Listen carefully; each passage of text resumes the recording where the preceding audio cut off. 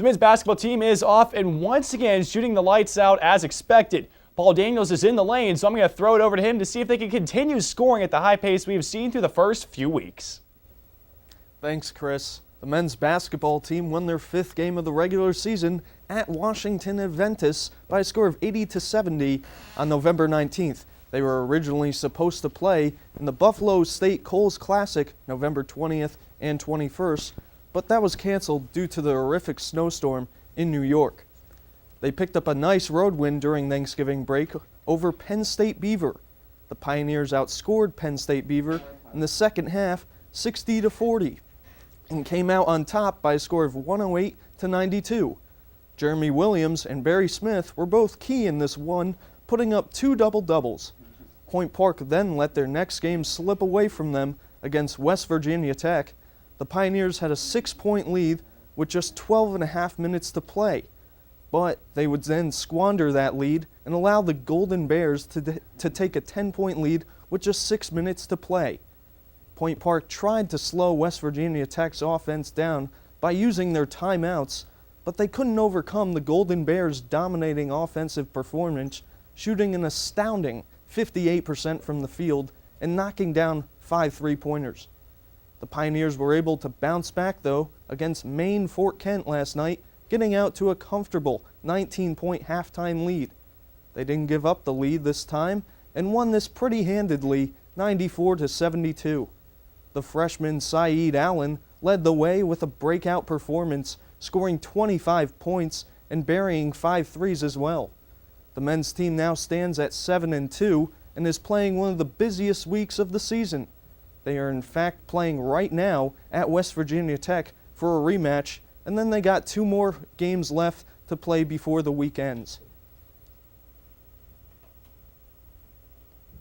Now, Paul, you look at this team here, we see they kind of struggled against West Virginia Tech a little bit. They kind of had a little bit of a roadblock, but that was their toughest competition to points so far. Do you really see that being the rest of the way through conference with the KIAC being really tough in the men's division? Well, I think the key for this team is to score over 90 points. When they've scored over 90 points in their games, they're 5-0. When the defense steps up, it's a helping, but when the offense is clicking, that's when they're at their best. Now, someone who's really stepped into a big role has been Saeed Allen. We mentioned Coach Rager earlier this year told us that he's someone that can easily just get into a streak, bury 5 or 6 shots immediately. How big has he been to this team as an acquisition so far?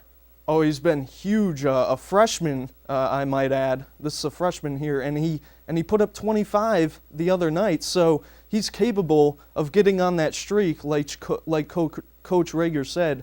The sky's the limit for him. Now, we've seen the men's team get off to some fast starts the last few years, only to stumble down the stretch through conference play. Do you think this quick start of 6-2 is something they can continue through the conference, or are we going to see more of the same like we've seen the last few seasons?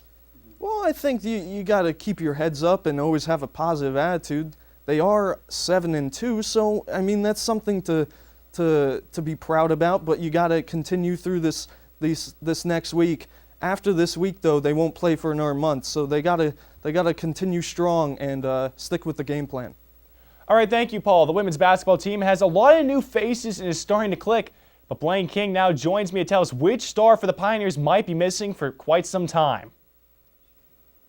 Well, Chris, before they could sit back, relax, and have some turkey, the Point Park women's basketball team had 1 game to play before they could start their Thanksgiving break. That game was against Washington Adventist on November 24th.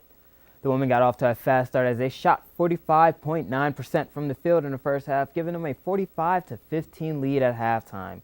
Carly Cochran led all scorers with 10 points, shooting 100% from the field, including 2 shots from behind the arc in the first half. But the second half was not too kind for the Pioneers offense.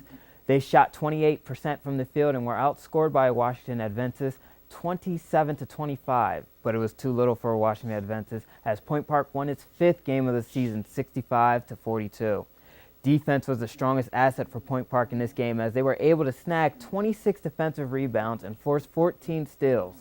There was more significance to this game as well. Tony Grenick, the women's head coach, was able to secure his 82nd win, becoming the all-time winningest coach in team history.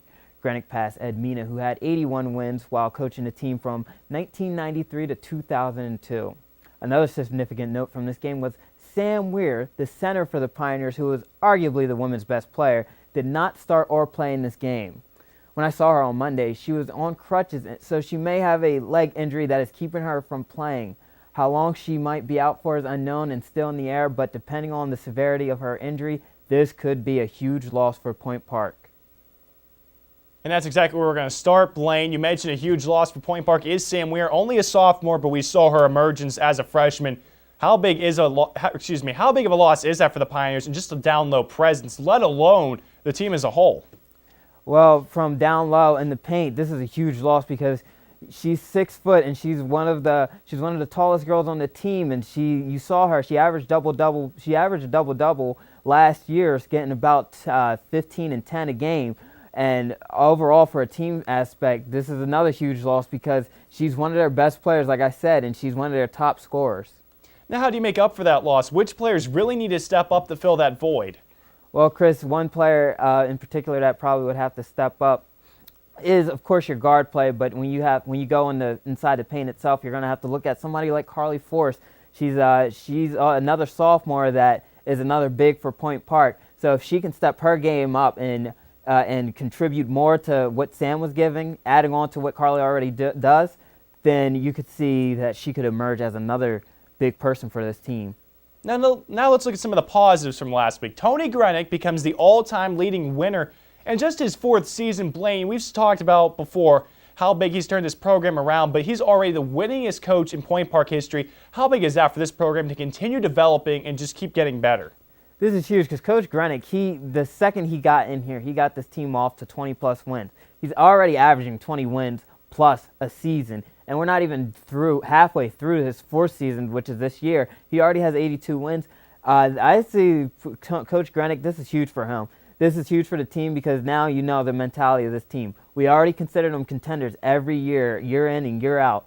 So him getting his 82nd win, I would not be shocked if we see his 100th win later on this season.